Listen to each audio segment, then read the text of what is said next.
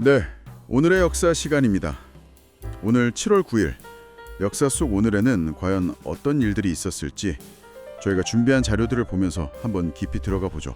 한국사는 세계사를 넘나들면서 중요한 변화의 순간들을 함께 따라가 보겠습니다. 자, 먼저 우리 역사 속 7월 9일인데요. 1894년 이날 동학농민혁명의 그 기운은 여전했지만 상황이 참 복잡했어요. 농민군하고 정부가 잠시 숨고르던 그 전주화약, 그게 있었음에도 불구하고 일본은 군대를 더 보냈죠. 그러면서 조선 내정에 아주 깊숙이 개입하기 시작했습니다. 강압적인 개혁 요구는 물론이고 청나라와의 충돌까지도 불사하겠다, 이런 분위기였으니까요. 결국 청일전쟁으로 치닫게 되죠. 네, 바로 그 지점이 중요합니다. 그러니까 조선 내부에서는 변화를 향한 민중의 열망이 막 분출하고 있었는데 외부에서는 제국주의 열강의 그 침략 야욕이 딱 맞물리던 그런 시기였죠. 동학농민혁명은 사실 단순한 봉기가 아니었거든요. 외세하고 낡은 질서에 맞서서 스스로 운명을 개척하려고 했던 어떤 강력한 의지의 표출이었는데 좀 안타깝게도 일본의 간섭이 더 심해지는 결과를 낳게 됐죠. 그랬군요. 시간이 좀 흘러서 1950년 7월 9일, 이때는 한국전쟁 초기 정말 절박했던 순간이었죠.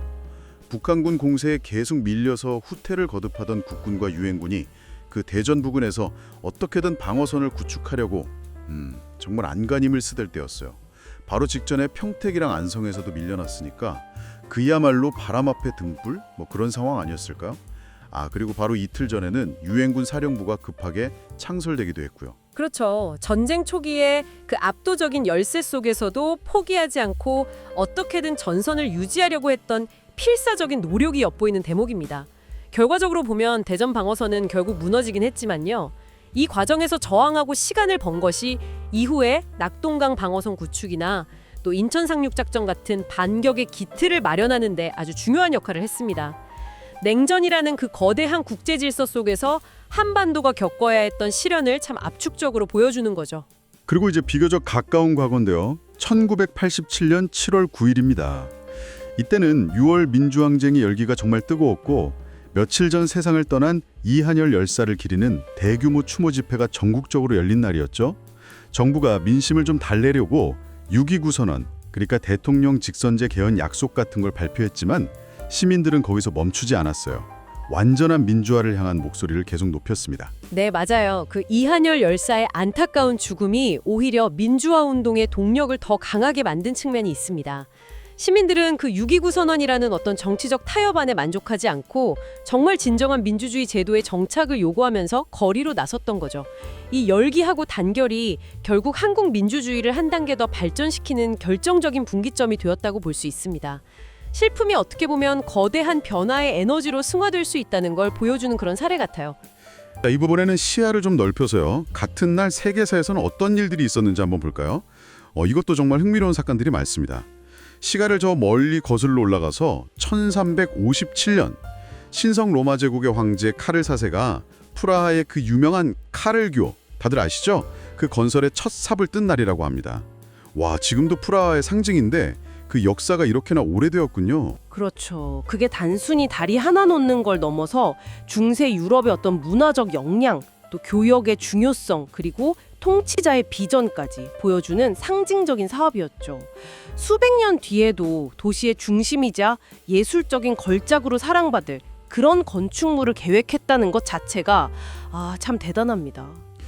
그리고 1762년 러시아에서는 예카테리나 2세가 남편 표트르 3세를 몰아내고 스스로 황제 자리에 오르는 쿠데타가 성공한 날입니다. 그야말로 러시아 역사의 물줄기를 바꾼 순간이라고 할 수 있겠네요. 네, 여기서 좀 흥미로운 점은요. 이 쿠데타가 폭력적이긴 했지만 이후 러시아가 서유럽의 계몽주의 사상을 받아들이면서 근대화를 추진하고 동시에 또 무자비하게 영토를 확장하는 어떻게 보면 좀 모순적인 황금기를 열었다는 겁니다. 이런 양면성이 이후 러시아 역사의 방향을 결정짓는 중요한 특징이 되기도 하죠. 자, 이번엔 남미 대륙으로 한번 가볼까요? 1816년 7월 9일 아르헨티나가 투쿠만 회의를 통해서 스페인으로부터 마침내 독립을 선언한 아주 역사적인 날입니다. 남아메리카 독립사에서 정말 중요한 이정표죠. 맞습니다. 아르헨티나의 독립은 단순히 한 나라의 해방을 넘어서요. 당시 스페인의 그 오랜 식민지배 아래 있던 남아메리카 전역의 탈식민지화 흐름을 가속화시킨 어떤 기폭제가 되었다고 볼 수 있습니다. 다른 지역 민족들에게 독립의 용기를 불어넣어주고 또 국가 건설의 모델을 제시하기도 했고요. 다시 현대로 좀 와서 1944년 7월 9일. 이때는 제2차 세계대전 중 태평양 전쟁의 판도를 바꾼 또 중요한 날입니다. 미군이 아주 치열한 전투 끝에 사이판 섬에서 일본군에게 최종 승리를 거둔 날이죠. 네, 사이판 전투의 승리는 태평양 전쟁의 정말 결정적인 전환점이었습니다. 마리아나 제도를 확고하면서 미군은 일본 본토를 직접 타격할 수 있는 그 장거리 폭격기 B-29의 발판을 마련하게 되거든요. 이게 이제 기술 발전, 특히 항공력이라는 것이 전쟁의 양상을 얼마나 극적으로 바꿀 수 있는지를 보여주는 대표적인 사례라고 할 수 있고요. 결국 일본의 패망을 앞당기는 결정적인 요인이 되었죠.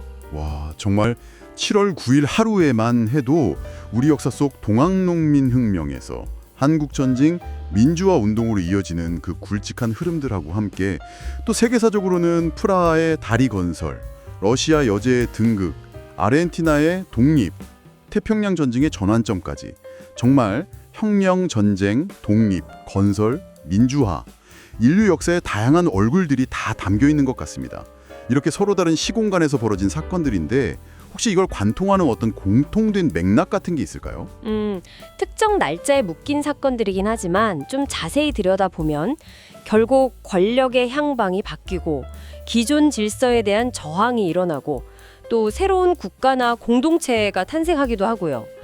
문명이 발전하는 과정에서 필연적으로 발생하는 갈등들, 이런 인류 역사의 보편적인 흐름이나 주제들이 계속 반복되고 있다는 걸 발견하게 됩니다. 어쩌면 과거의 이런 단면들이 현재 우리가 마주한 상황들을 이해하는 데 중요한 실마리가 될 수도 있겠죠. 아, 그렇군요. 정말 의미심장한데요. 단 하루 이 7월 9일에 일어났던 굵직한 사건들처럼 먼 훗날 역사가들은 지금 우리가 살아가고 있는 이 시대의 오늘을 또 어떻게 기록하고 평가하게 될까요? 네, 이런 질문을 한 번쯤 던져보면서 오늘 마무리하도록 하겠습니다.